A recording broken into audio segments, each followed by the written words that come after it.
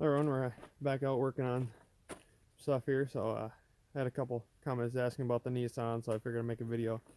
I'm gonna be working on that a little bit, and I'll show you what we're gonna be doing with that in a little bit here. So yeah. All right. So what we're dealing with now is gonna replace the front wheel bearings. This side, this is the driver's side, is got a nice little growl, and now it's developed a vibration to it. So I figure it's probably about time to actually fix that. So I got the wheel bearings. I got the center nut, axle nut loose. You got to take the caliper and bracket off, take the rotor off. Then you got to take off unmount your strut, take off your steering link, and then also the lower control arm. And take the whole yoke off, press the bearing out, and press new one in. So I'm gonna work on that, and then, well, there, it's all folded apart, and here it's a little crusty on the back side. I'll have to wire brush that out really well. But this is what I was. Listen. You hear that nice kind of. I mean, it's not terrible, but it's not good. So I'm gonna start taking this thing apart. Alright, there we go. Pressing the hub out.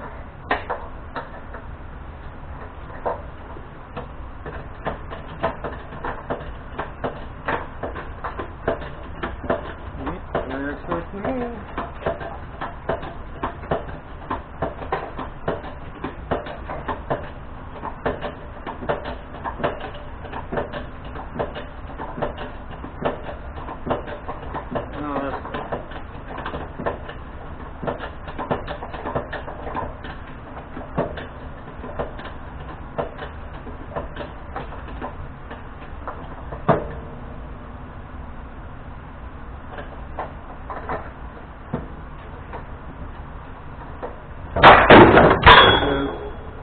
That worked.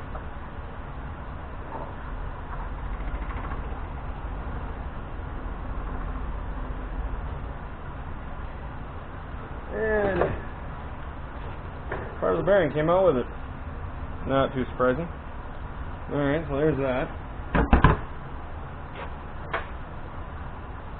Now we gotta take and pop out. Should be a snap ring. Yep. Pop that out.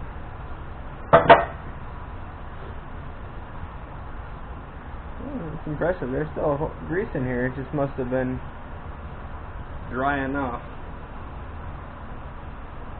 So these, they use this style snap ring, which has got those little ears. And in my case, these things are rusted in like there's no tomorrow. So what I've been doing is I went around the top face pointing down like that, and just gave it a tap all the way around, try to see if I can free it up, wire brushed it, and then I use this punch. It's got a point, and I just kind of went in at an angle to free up the end. And so this one, I've got the end freed up now, and so then you got to work it around. As long as you're kind of patient, you work it your way around. Well, there it comes back. But what I like to do is you get a screwdriver in, prying it out, and then you get one. Once you get it kind of that way, you can usually get one underneath to pry up, and then you can just kind of work it all the way around, get it out, and then go back in is kind of the reverse, except yeah. So just gonna get this one ripped out of here and get the rest of this pressed out. And here we go, pressing out the rest of the bearing. I got this little piece of heavy gauge pipe that was sitting here, so that fits almost perfectly. And then I got a 2-inch socket, and then press. So let's see if this works. There, we're starting to build some pressure.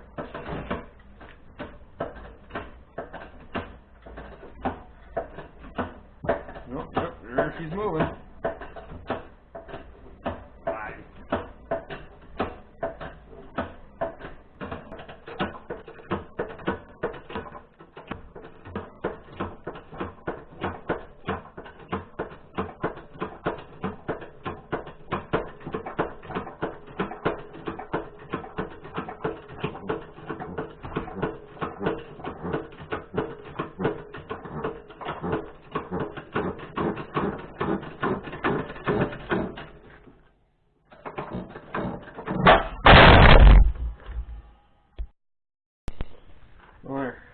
the old bearing all popped out. Got the hub piece cleaned up. I'll show you that in a minute. Got this all cleaned up, the grooves all cleaned up, the one snap ring's back in. So we're going to start pressing this thing back in. So, woohoo.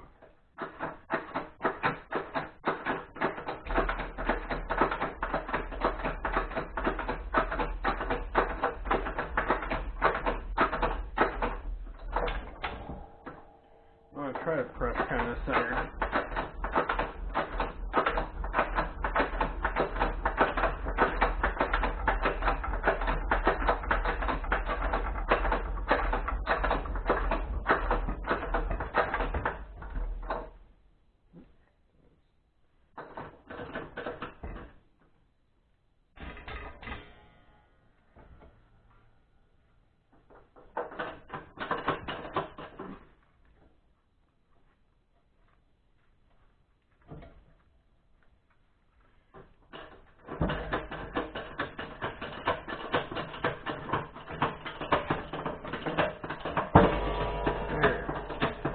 Straighten it out.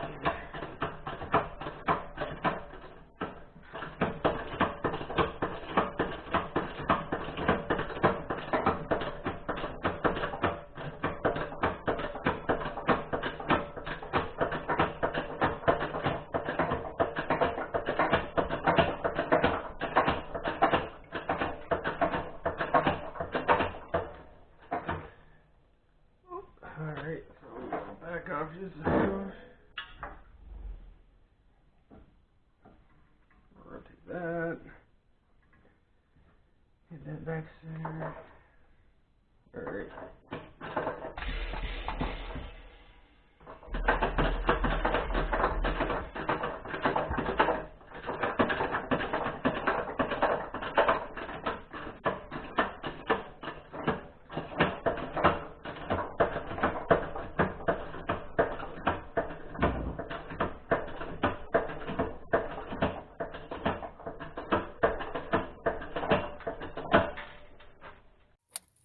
Well, there it is, all ready to go back on the car.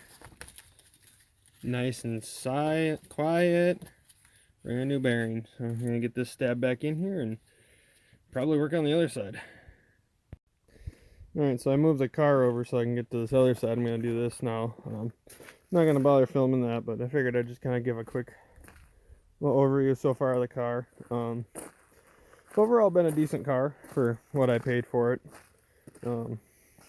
I think I've already put several thousand miles on it since I got it running, so it hasn't been that unreliable.